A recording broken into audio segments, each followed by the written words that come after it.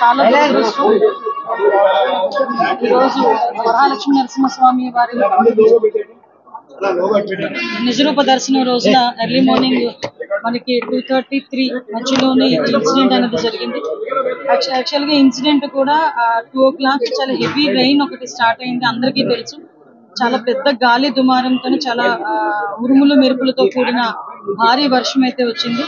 ప్రాథమిక నివేదిక ప్రకారం ఆ వర్షం ఏదైతే వచ్చిందో వాటర్ అంతా కూడా ఆ లూజ్ సాయిల్ మూలన వాటర్ అంతా కూడా కొంచెం లోపల దిగి ఆ గోడ కూలింది అన్నది ఒక ప్రాథమిక సమాచారం ప్రకారం వచ్చిన నివేదిక.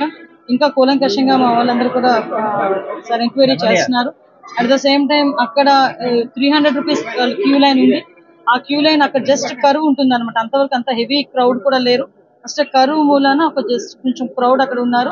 అది మూవ్ అవుతూనే ఉన్నారు, ఎక్కడ కూడా మనకి ఆగిపోవడం కానీ అంటువేదేం లేదు. చాలా అన్ఫార్చునేట్ థింగ్, ఆ గోడ పడిపోవడం వలన సుమారుగా 7 ప్రాణాలు కోల్పోవడం జరిగింది. అందులో 4 పురుషులు ఉన్నారు, 3 స్త్రీలు ఉన్నారు. ఇంకా మిగతా రెస్క్యూ ఆపరేషన్స్ కూడా జరుగుతున్నాయి. ఈ సంఘటన జరిగినది అని తెలిసిన వెంటనే ఇమీడియట్ గా ఎస్డిఆర్ఎఫ్ బృందాలు, ఫైర్ డిపార్ట్మెంట్, పోలీస్ డిపార్ట్మెంట్, అదేవిధంగా ఇక్కడ పనిచేస్తున్న వాలంటీర్స్ చిన్నపిల్లలైనా వాళ్ళకి చేతులెత్తి దండం పెట్టాలి. నిజంగా వాలంటీర్స్ అయితే ఇమీడియట్ గా కొంతమందిని బయటకు తీసుకొచ్చి అప్పటికప్పుడు హాస్పిటల్ కూడా తరలించారు. ఎన్డీఆర్ఎఫ్ టీం కూడా ఆన్ బోర్డ్ అయింది. ఎన్డీఆర్ఎఫ్ టీంలు 2, ఎస్డిఆర్ఎఫ్ టీంలో 2, fire department and police department అందరూ కలిసి రెస్క్యూ ఆపరేషన్స్ కూడా చేస్తున్నారు. మొత్తం అంతా క్లియర్ చేస్తున్నారు అందరూ కూడా. నిజంగా చనిపోయిన వాళ్ళ కుటుంబాలందరికీ కూడా ప్రగాఢమైన సంతాపం తెలియజేసుకుంటున్నాం. గవర్నమెంట్ తరఫున కూడా మాక్సిమం అన్ని ప్రికాషన్స్ తీసుకున్నాం. కేవలం ఈ భారీ వర్షము, అదేవిధంగా ఈ గాలి దుమారం వల్ల మాక్సిమం జరిగిన ఇన్సిడెంట్ ఇది ఒక యాక్సిడెంట్. దయచేసి ఇంకా ఫర్దర్ గా డీటెయిల్స్ అన్ని వస్తే అన్ని యాంగిల్స్ లోనే మేము దర్యాప్తు చెప్తామండి. ఇది ఏ టైంలో కన్స్ట్రక్ట్ జరిగింది, ఏ స్కీమ్ లో కన్స్ట్రక్ట్ జరిగింది, ఎవరు కాంట్రాక్టరు, ఎవరు ఇంజనీరు, ఎవరు క్వాలిటీ కంట్రోల్ ఎవరు చేశారు, ఎవ్రీథింగ్ మేము ఇందులో ఎంక్వైరీ చేసుకుంటాం. ఎందుకంటే ఇక్కడ ప్రాణాలు కోల్పోయారు, ఈజీగా వదిలేయాల్సిన అవసరం ఏం లేదు. ఇందులో గవర్నమెంట్ కూడా చాలా సీరియస్ గా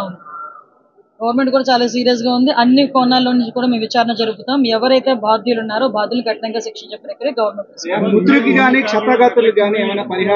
ఇప్పుడు ఇంకా మేము ఐడెంటిఫై చేసుకుంటున్నాం. కంపల్సరీగా గవర్నమెంట్ నుంచి వాళ్ళు ఇంజురీస్ అరౌండ్ ఒక 3 members అలా కనిపిస్తున్నారు. ఇంకా మనకి మొత్తం లిస్ట్ వస్తుంది. ఎవరు లేరండి, ఇంకెవరు లేరు. దేవస్థానం అధికారుల నిర్లక్ష్యమే. ఎందుకంటే ఒకసారి అంతమంది భక్తులు నేను ప్రికాషన్స్ విషయంలో ఒక 2 days బ్యాక్, 3 days బ్యాక్ అంటే ఈ క్యూ లైన్లు మొత్తం ఆ క్యూ లైన్ అన్ని మేము చెక్ చేసుకోవడం జరిగింది. ఇది అన్ఫార్చునేట్ థింగ్. అక్కడ గోడ ఉంది. ఆ గోడ పిల్లర్ తో కట్టాడా, సిమెంట్ తో కట్టాడా, బ్రిక్ తో కట్టాడా అన్నది ఎవరు కూడా మేము చూసుకోవడానికి మాట్లాడుతున్నాం. కానీ విషయం ఏంటవుతుందంటే అక్కడ విపరీతంగా వర్షం పడింది. మీకు తెలుసు, మీరు ఆ టైంలో ఉన్నారు. నేను కూడా వర్షంలో తడుచుకునే దర్శనం చేసుకుని వచ్చాను. నేనే కాదు, పట్టు వస్త్రాలు సమర్పించడానికి వచ్చిన రెవెన్యూ మినిస్టర్ గారు కూడా వర్షంలో తడుచుకుని వెళ్ళారు. భారీ వర్షంలో తడుచుకుని వెళ్ళాము. ఈ వర్షం నేను దర్శనం చేసుకుని బయటకు వచ్చాను. ఇలా ఇన్ఫర్మేషన్ వచ్చింది గోడ కూలిందని. 1 or 2 ఇంజురీస్ అన్నారు. అయినప్పటికీ కూడా నేను వచ్చి చూస్తానని చెప్పి నేను పుట్అవుట్ వచ్చాను. అప్పటి నుంచి ఇప్పటి వరకు మేము ఎక్కడే ఉండడం జరిగింది.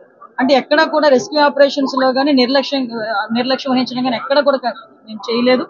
ఇమీడియట్ గా క్షతగాతులు ఎవరైతే ఉన్నారో వాళ్ళందరినీ కూడా హాస్పిటల్కి తీసుకెళ్లి మేము పంపించడం జరిగింది. మిగతా రెస్క్యూ ఆపరేషన్స్ కూడా జరుగుతున్నాయి. ప్లీజ్ మిగతా అన్ని కార్యక్రమాలు చేసుకోవాలి. అందరూ కూడా బాగున్నారు.